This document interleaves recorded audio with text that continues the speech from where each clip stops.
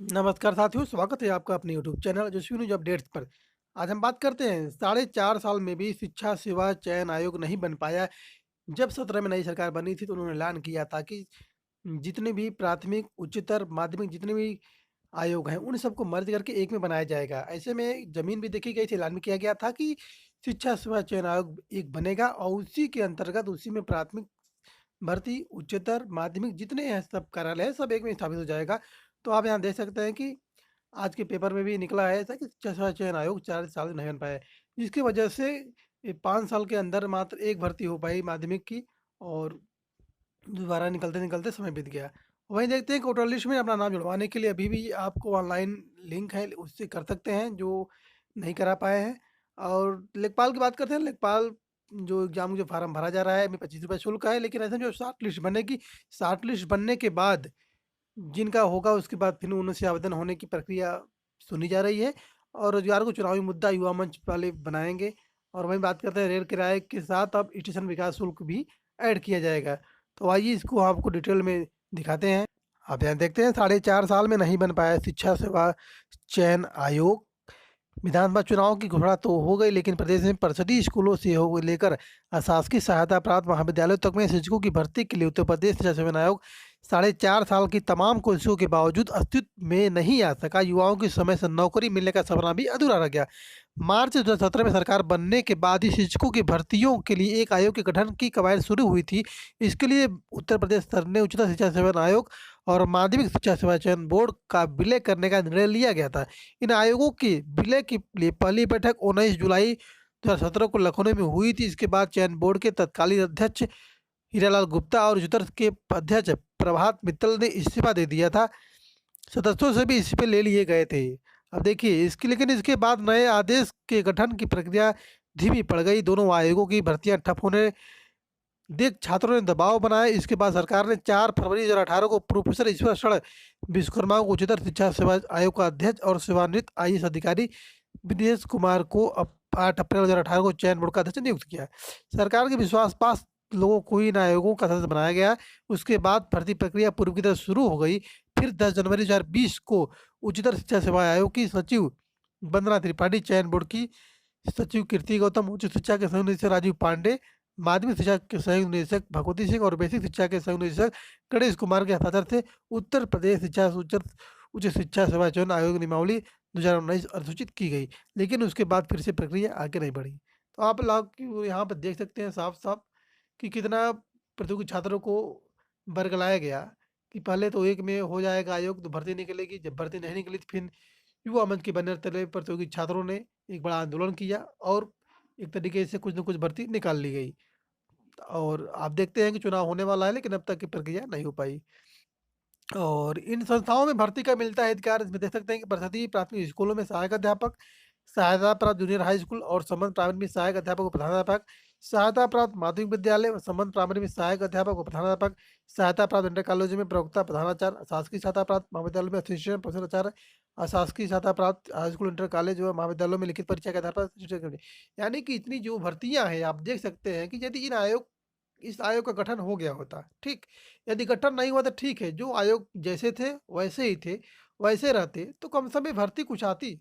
बहुत लोग कहते हैं कि भर्ती बहुत है, यार भर्ती कहाँ से है? आप लोग देख सकते हैं इसमें कि साफ-साफ यहाँ पे कटिंग में लिखा हुआ है कितनी भर्ती आती थी, कैसे-कैसे यहाँ से इस्तीफा दिया गया।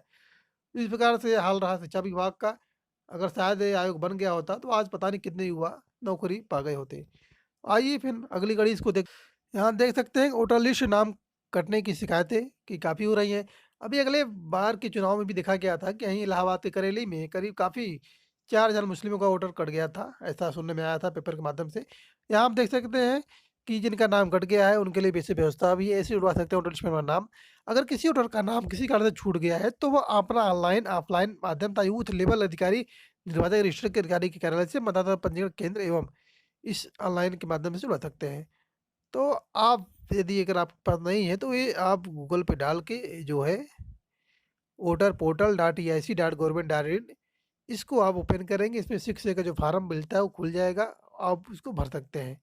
तो ऑनलाइन भरने के बाद कई वैसे विद्यार्थी मिले हैं या वोटर मिले हैं जो ऑनलाइन भरने के बाद उनका 10 से 12 दिन में उनका वोटर कार्ड आ गया है। तो ऐसे में आप ऑनलाइन कहीं साइबर कैफ़े पे जाके उनसे भरवा लीजिए।